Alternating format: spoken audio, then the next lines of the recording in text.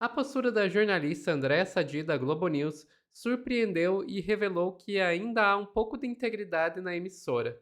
Em suas análises, Sadi abordou a reação do Brasil com a invasão e sequestro de Maduro na Venezuela. Só que, ao invés do que a Globo vem articulando, Sadi mostrou algo raro na emissora: bom senso. Quem vai contar essa história pra gente é a Daiane Oliveira aqui no Plantão, no Meteoro.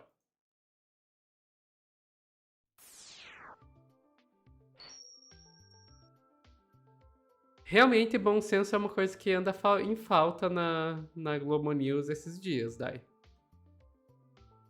Pois é, Sophie. Na verdade, eu acho que o bom senso falta no mundo em vários momentos. Desculpa ser sincera, mas. E o bom senso, para mim, é uma régua moral. Eu gosto muito do bom senso, acreditem. Porque não tem muito bom senso, não tem pouco bom senso. Bom senso é bom senso e acabou. E falta isso, infelizmente, na nossa sociedade na atualidade. Falta um respeito mútuo, falta um comprometimento, né, de se colocar no lugar do outro. E isso não serve para líderes mundiais, tá? Estou falando de cidadania, de colegas, de parceiros, mas não estou falando de líderes mundiais, porque esses aí, eles só têm interesse basicamente no poder e no seu aumento econômico, territorial, nos seus interesses pessoais ali. E dentre esses, a gente tem os maiores imperialistas. Os Estados Unidos está nessa lista. E a gente tem alguns interesses na Globo News também, com a colocação do Maduro como um ditador. O Maduro, você pode não gostar do Nicolás Maduro, você pode não gostar do seu arcabouço ali, do seu conhecimento sobre o chavismo, do espólio deixado pelo Chaves, mas você precisa realmente respeitar o Maduro, porque ele é um grande estrategista, ele mantém as estatais, ele tenta manter ali uma população apaixonada e ideologicamente ativa. A gente viu aí, né, algumas pessoas sim comemoraram a prisão e a prisão não, o sequestro do Maduro, mas de uma forma muito geral, a gente teve uma população inundando as ruas na Venezuela contra os ataques dos Estados Unidos. Inclusive porque poucas pessoas estão falando do número de mortes de civis. Pessoas morreram.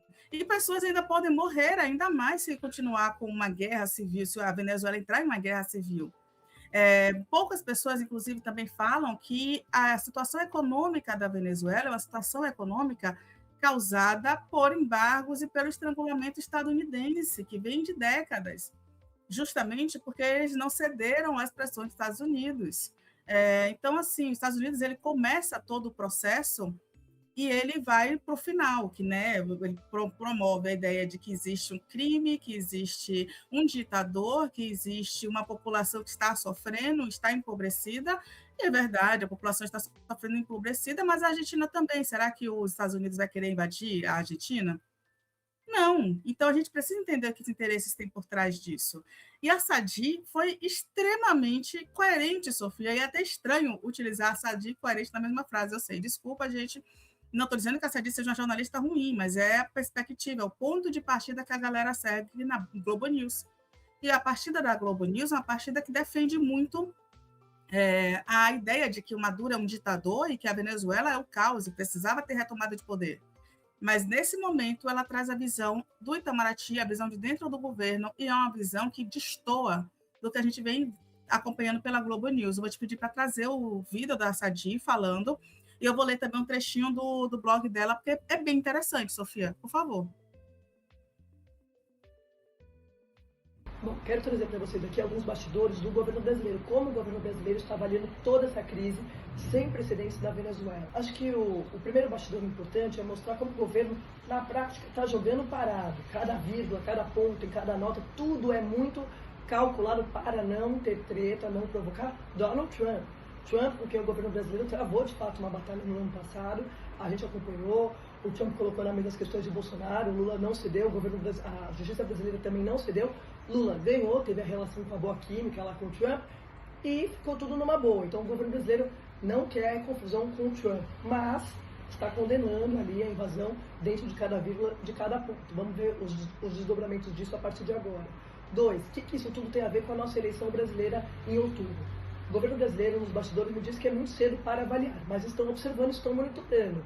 Porque Trump, na avaliação do governo brasileiro, é, antes de tudo, um homem de negócios, um businessman. Então, antes de ser um político de direita, antes de ser um cara do MAGA Movement, antes de ser alguém que tem ideologia, ele é um homem de negócio. O negócio de Trump é o negócio. Ele deixa claro isso o tempo todo, até em palavras que ele usa agora, usando "we're gonna run a Venezuela". Esse termo é muito usado no mundo corporativo, né, entre os CEOs, no comandar uma empresa. Então, na visão do governo brasileiro, isso tudo pode acontecer, pode ser um cenário, se Trump quiser alguma coisa do Brasil. O que ele quer? Quer esses minerais críticos, então ele poderia ser agressivo, poderia interferir, poderia ter algum tipo de intervenção. Tudo isso está sendo observado, e também pelo judiciário, conversei com fontes do judiciário que estão observando isso. E por fim, eu conversei com o Celso Amorim, que é o assessor internacional de Lula, um dos principais conselheiros do presidente Lula, sobre esses assuntos todos, né? E ele me disse o seguinte, que a principal preocupação, o mais grave de tudo, para o Brasil, é o uso da força na América do Sul. Pois é, Sofia. O pessoal até lembrou aqui da Miriam Leitão, que também foi coerente, né? Que não passou pano. Mas a Miriam Leitão já vem sendo coerente há um certo tempo, gente. É difícil ver outras pessoas sendo coerentes nesse espaço. A Miriam Leitão, ela já vem com algumas posturas, assim, pró-realidade. Não é ser positiva, é pró-realidade, que foi o que a Marina comentou aqui, Daiane, pelo pouco que vi, a Miriam Leitão não passou pano para os Estados Unidos, não, mas ela, mais uma vez, já vem sendo coerente, diferente de todo o Grupo Globo, né, como um todo. E o Trump quer barrar a China, Sadi. Esse é um ponto bem interessante, justamente. Existe o interesse do Donald Trump para a invasão à Venezuela. Era o país mais próximo que ele poderia invadir na América Latina, evitando aí um possível conflito global, né, com essa invasão. Então, ele tinha um pouco de seguridade ali para fazer essa invasão.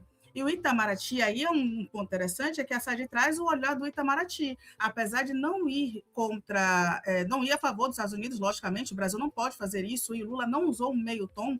Lula foi o estadista que talvez tenha utilizado um tom mais duro, porque sabe que se abaixar a cabeça, afrouxar um pouquinho, é o Brasil que é o próximo país a ser invadido, mas, ao mesmo tempo, eles não compraram, o Brasil não comprou, o Itamaraty não comprou uma briga direta com os Estados Unidos, que também é uma forma de autoproteção. A gente já comentou no primeiro post que a gente falou sobre Maduro, sobre a China respondendo firmemente. Nenhum país aí deve realmente começar uma guerra com os Estados Unidos para defender a Venezuela. A Venezuela, infelizmente, está sozinha nessa jogada. A Sadi traz no seu blog, aí vou te pedir, Sofia, por favor, para colocar na tela o blog da Sadi, que o governo Lula vê desordem global no ataque à Venezuela. O Planalto avalia que Trump faz negócio com a ofensiva e monitora eventual risco de eleição no Brasil. Né, que a Sadi já fala aí sobre a eleição no Brasil, ou seja, o Brasil está, né, com um olhar atento sobre o que vem acontecendo, e aí o que a Sadi aponta aqui, que eu acho muito interessante, lá no finalzinho do texto, Sofia, é o seguinte: segundo fontes do governo, não houve sequer tentativa de construção de uma narrativa justificadora, como ocorreu em outros conflitos internacionais. A comparação feita nos bastidores é com o Iraque de Saddam Hussein. Ainda que controversa, a invasão americana foi procedida por um discurso formal de legitimação. Nesse caso, avalia o Planalto, não há disfarce sem nem pretexto. E eu acho que esse é o principal ponto, né, sobre o que os Estados Unidos tenta fazer com a Venezuela. A Sadi continua, entre aspas, a preocupação central do governo brasileiro é que o episódio esteja ligado à disputa por recursos naturais, sobretudo petróleo, que é óbvio que é isso. Interlocutores avaliam que Trump pode depois ampliar esse interesse para urânio e minerais críticos que abriria caminho para novas ações semelhantes. Entre aspas, o que um assessor de Lula teria dito para a Sadi foi o seguinte: hoje é petróleo, amanhã pode ser urânio, minerais estratégicos. Isso é o que assusta. Então, o Planalto ele estaria ao mesmo passo, né, de acordo com o texto da Sadi, assustado com esse avanço imperialista, colonialista ali dos Estados Unidos, como ele também estaria criando mecanismos de defesa. E aí o Planalto teria dito para a Sadi que não é uma defesa específica de Maduro, de Nicolás Maduro, é uma defesa da soberania dos povos e da estabilidade regional. Então, a Sadi, Sofia, foi a primeira jornalista do Globo News, que tem um blog, uma coluna que está ali na linha de frente, que traz a importância nacional para um combate a esse discurso e às atitudes, aos atos dos Estados Unidos, que é um ato, não tem como você não pensar que é um ato meramente capitalista, comercial e legitimado por uma nação que não se importa com nenhum tipo de sanção ou legislação. E é esse o principal problema. Se os Estados Unidos não pediu para o seu Congresso autorização para invadir um outro país, para começar aí uma possível guerra, para utilizar recursos de guerra, para levar, para sequestrar um líder, né, de um outro país, de uma nação que é teoricamente uma nação soberana. Algumas pessoas podem questionar ali se as urnas na Venezuela, se o processo é legítimo ou não. Ainda assim, é soberano. A eleição venezuelana é soberano. E ninguém pode se meter na soberania de um outro país. Todas as negociações poderiam ter sido feitas de diversas outras formas.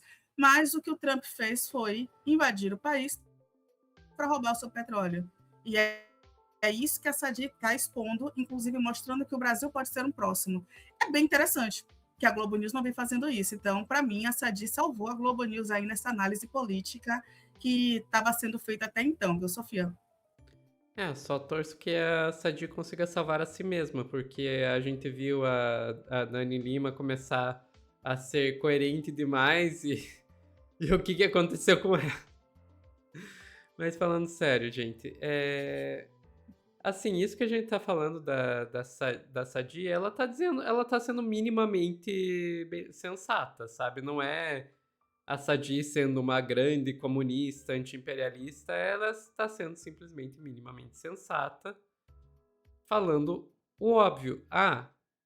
Não tem nada a ver com soberania isso, não tem nada a ver com narcotráfico isso, não tem nada a ver com uma questão de defesa da democracia isso, ele tá indo atrás apenas de petróleo. E isso é uma coisa que o próprio Trump admitiu. Gente, vocês viram o discurso que ele fez? A coletiva de imprensa que ele fez depois do ataque? Ele mesmo admitiu isso. Não precisa ser nenhum conspiracionista, nenhum comunista, etc, para admitir isso. Ele admitiu. E, cara, pega qualquer país que tenha sido alvo de intervenção desse tipo por parte dos Estados Unidos. Qual deles ficou melhor depois? Qual país que foi invadido pelos Estados Unidos e que depois ficou melhor? Afeganistão? Iraque? Eu sei um. Dai. País que foi invadido pelos Estados Unidos e ficou melhor depois. Vietnã. Porque os Estados Unidos perdeu. Pois é. É Só isso. isso. Então, é como o Luiz Wong está dizendo aqui, a Venezuela é dos venezuelanos. É isso. E adorei o avatar de Yu Yu Hakusho. Ficamos por aqui, Dai? Ficamos. Pessoal que está assistindo ao vivo, não saiam daí que a gente já volta com mais notícias aqui no Plantão do Meteoro.